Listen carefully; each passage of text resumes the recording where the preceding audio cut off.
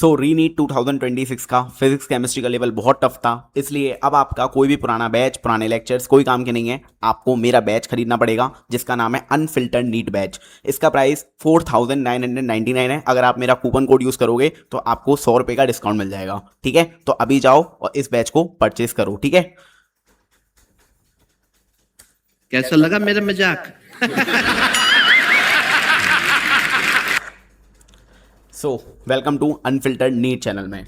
देखो, इस टाइम पूरे यूट्यूब पर यही चल रहा है। उन्होंने रीनीट के पेपर को जज कर बच्चों को पूरा गुमराह कर रखा है कि बच्चे जल्दी से जल्दी बैच लें और उनका कोर्स बिकता रहे। ठीक है, और बच्चे डेविएट होते रहें। ठीक है, जिस बेस पे बच्चा फिर से क्या करेगा, फिर से बेसिक मैथ से फिर से शुरू होना पड़ेगा शुरू से, और अपना सारा का सारा टाइम वेस्ट कर लेगा। क्यों? क्योंकि उसके दिमाग में यही चल रहा है कि पुराने बैच सारे बेकार हो चुके हैं, पुराने लेक्चर सब बेकार हो चुके हैं, क्योंकि अब नई स्ट्रैटेजी यूज़ करनी पड़ेगी। सब टीचर अब कुछ नया पढ़ाने वाले हैं ताकि एकदम पेपर उनका बड़ा मतलब बहुत ही ज़्यादा अच्छा हो जाए। बट ऐसा कुछ भी नहीं है। ठीक है, देखो, आप लोगों की कमेंट्स आती हैं, उसका मैं एक एक रिप्लाई करने की कोशिश करता हूँ। ठीक है, जब मैंने आपकी कमेंट्स में देखा कि काफ़ी बच्चे यही सोच रहे हैं कि पुराने बैच के लेक्चर्स अभी सफिशिएंट ही नहीं है या हैं, ठीक है, तो मुझे लगा ये बहुत ही ज़्यादा इंपॉर्टेंट टॉपिक है, तो मुझे वीडियो बनानी चाहिए। ठीक है, इसके अलावा काफ़ी वीडियोज़ आ रही हैं कि पूरा प्लानर बता दो किस तरह 5 मंथ में सिलेबस कंप्लीट करें या कैसे करें। देखो, कोई भी वीडियो मेरे को टाइम चाहिए। ठीक है, अगर आप मेरे पे ट्रस्ट कर रहे हो तो मुझे भी आपको ट्रस्ट जो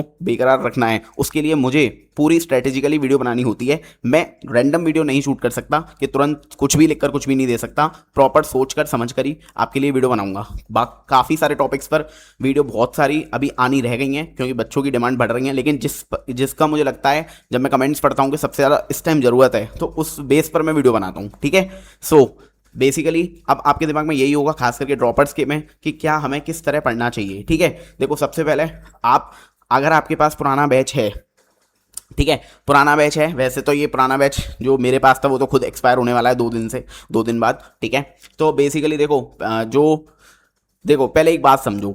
जब आप क्रिकेट सीखते हो, ठीक है, जब आप क्रिकेट सीखते हो तो शुरू में आपको सब कुछ सिखाया जाता है। ठीक है, जब आप क्रिकेट एकेडमी ज्वाइन करते हो आप बिल्कुल बेसिक से सीखते हो कि भाई बैट पकड़ना कैसे है, बॉलिंग कैसे करनी है। ठीक है, सब कुछ टाइमिंग, टेक्निक, सब कुछ। उसी तरह नीट में भी भाई, जब आप सबसे पहला बैच, जब आप एक फर्स्ट ड्रॉप लेते हो तो आपको एनसीईआरटी, बेसिक कंसेप्ट, फॉर्मूले, थ्योरी सब कुछ सिखाई जाती है, अगर आपने सारे लेक्चर देखे होंगे।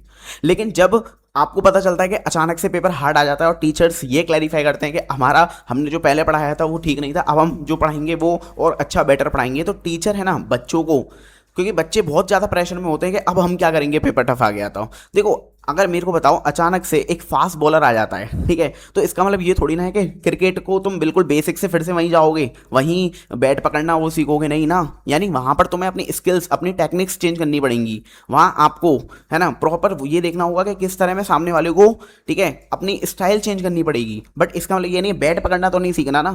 तो ओल्ड बैच भाई वही तो मैं समझा रहा हूँ आपको कि बच्चे यही ट्रैप में फंसे हुए हैं। अभी यही मिथ चल रहे हैं कि अगर पिछला बैच काफ़ी पुराना हो गया तो नया बैच है भाई वो कंटेंट सफिशिएंट होगा या नहीं होगा। काफ़ी बच्चे इसी चीज़ में डिस्ट्रैक्ट हुए पड़े हैं।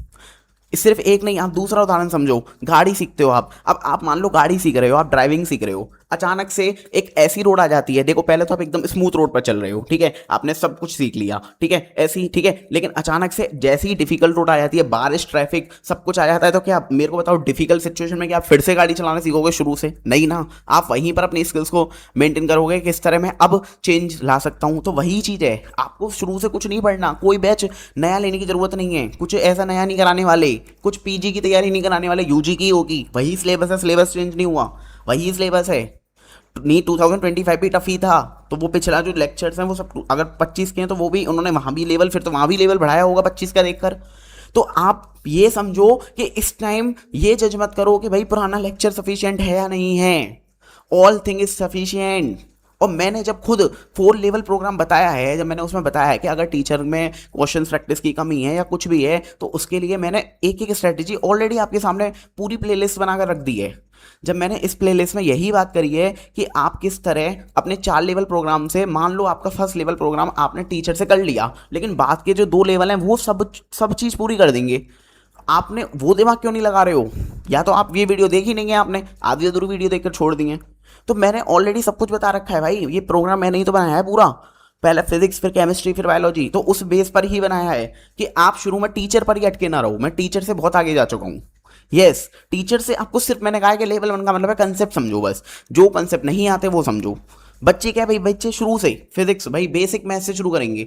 अब बेसिक मैथ से भाई, बेसिक मैथ से आप 18 लेक्चर करने बैठना, फिर वेक्टर के करना 12 लेक्चर, ऐसे ही करते रह जाना, और फिर पूरी साल ऐसी दिसंबर जनवरी आ जाएगी और आपके अभी लेक्चर्स ही कंप्लीट हो रहे होंगे, जबकि आप वही लेक्चर्स को ऑलरेडी पिछले साल देख चुके हो। मैं ये नहीं कह रहा कि बेसिक मैथ इस बार नहीं करनी, बेसिक मैथ में वो चीज देखो आपको क्या चीज आपको बेसिक मैथ में नहीं आती, आपका क्या डिफरेंशिएशन या इंटीग्रेशन वीक है तो उस पर ध्यान दो, नॉट कंप्लीट बेसिक मैथड। आपके ग्राफ वीक है तो ग्राफ पर ध्यान दो, एक पर्टिकुलर वीडियो देखो ग्राफ की, ग्राफ का एकदम मास्टरी कर लो। दिस इज द कंसेप्ट, ये होता है असली अपनी वीकनेस पर वर्क करना। एक ड्रॉपर यही नहीं समझ पाता, वो वही लूप में फंसता रहता है। मैंने काफी बच्चों से बात करी है, वो हर बार मतलब उनके 2-2 3 दिन ड्रॉप हो चुके हैं और क्या कर रहे हैं, हर बार बैच ले लेते हैं, हर बार प्रॉपर फॉलो करते हैं, उन हर बार शुरू से स्टार्ट करते हैं। भाई अपना वीक टॉपिक पकड़ो ना, मान लो किसी का बायोलॉजी में जेनेटिक्स वीक है तो वो जेनेटिक्स से स्टार्ट करेगा, वो क्यों सेल चैप्टर से शुरू करेगा, वो क्यों लिविंग वर्ल्ड से शुरू करेगा। वो अपना पहला 1 महीना ढंग से एनाटॉमी और जेनेटिक्स को देगा जो उसके वीक रह गए थे। नहीं, उसको तो शुरू से भाई बैच शुरू हुआ है ना, मैं तो बैच के साथ फॉलो करूंगा, मैं अपना कोई प्लान नहीं बना पाता ना, मैं तो उससे डिस्ट्रैक्ट हो जाता हूँ। तो मेरे को तो अब बैच फॉलो करना है, बैच के साथ हम धीरे धीरे चलते हैं तो हमें बहुत मजा आता है। पता नहीं भाई, यही चीज बहुत बेकार है। इसके अलावा जो मैंने बैच बताया था उसके टीचर्स के बारे में बच्चों के डाउट थे कि वो टीचर्स कहाँ मिलेंगे, इवन खजाना के डाउट थे कि खजाना में सब चीज़ अवेलेबल है या नहीं है। देखो खजाना में भी आप जाओगे तो काफ़ी चीज़ें अवेलेबल हैं, काफ़ी टीचर्स के कंप्लीट कोर्स अवेलेबल हैं, ठीक है। आप यहाँ देख सकते हो, आपको सलीम सर, मनीष सर, ठीक है, जागजोत सर, तनुष सर, अभिषेक सर, पवन सर, बसीत अहमद सर, ठीक है, आयुष सर, मनीष सर, देखो सबके ज़्यादा तक सब टीचरों के खजाना में लेक्चर्स पड़े हुए हैं, है ना, ज़्यादा तक के तो पड़े हुए हैं, 1-2 के नहीं पड़े हुए, ठीक है। जैसे सिद्धार्थ सर का मुझे नहीं दिख रहा है इसमें, ठीक है। इसके अलावा आप आओगे केमिस्ट्री में तो केमिस्ट्री में भी आप देखोगे ऑर्गेनिक केमिस्ट्री, ठीक है, सब टीचर्स के जहाँ तक पड़े हुए हैं, ठीक है। देखो योगेश जैन सर का पूरा पड़ा हुआ है, दीपक वैश्य सर का पूरा पड़ा हुआ है, ठीक है। तो कोई टेंशन लेने की जरूरत नहीं है, ठीक है। जिसको खजाना फॉलो करना है वो खजाना फॉलो कर सकता है, ठीक है। इनऑर्गेनिक केमिस्ट्री का हितेश चोपड़ा सर का पूरा पड़ा हुआ है, तो ठीक है, कंटेंट है खजाना में पूरा काफ़ी टीचर्स का, ठीक है। बायोलॉजी में भी आप देख सकते हो, ठीक है, तुलिका मैम, ठीक है। इसके अलावा रूपाली मैम, हर्षि सर, मतलब सबका ही काफ़ी टीचर्स का पड़ा हुआ है, ठीक है, जिसकी आप हेल्प ले सकते हो। जो बच्चे पूछ रहे थे तो मैंने क्लैरिफाई कर दिया है। इसके अलावा ये भी पूछ रहे थे टीचर्स कहाँ मिलेंगे जो आपने बताएं, देखो वो यकीन 3.0 में भी काफ़ी टीचर्स हैं जो मैंने बताए थे, देखो वो सारे टीचर्स इसी में हैं, ठीक है। इसके अलावा ठीक है, यकीन 3.0 में है ना, निखिल सर भी देखो हैं इसमें, ठीक है।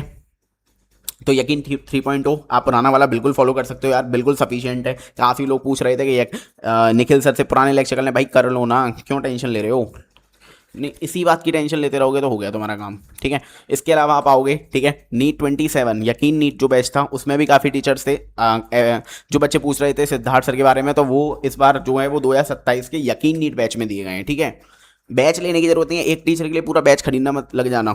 या तो आप यूट्यूब पर देख लो अगर कंटेंट अवेलेबल है, या फिर टेलीग्राम पर देख लो, कहीं ना कहीं तो होगा यार, ठीक है। क्योंकि हाँ खजाना में कुछ टीचर्स का नहीं है, ठीक है। इसके अलावा ये बैच था 2026 का यकीन नीट का, तो इसमें भी ये टीचर्स थे, ठीक है। हाँ 26 में सिद्धार्थ सर को नहीं डाला था।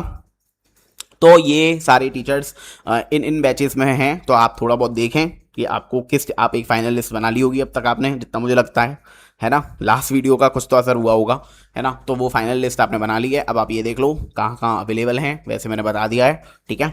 और स्टार्ट कर दो अब, ठीक है।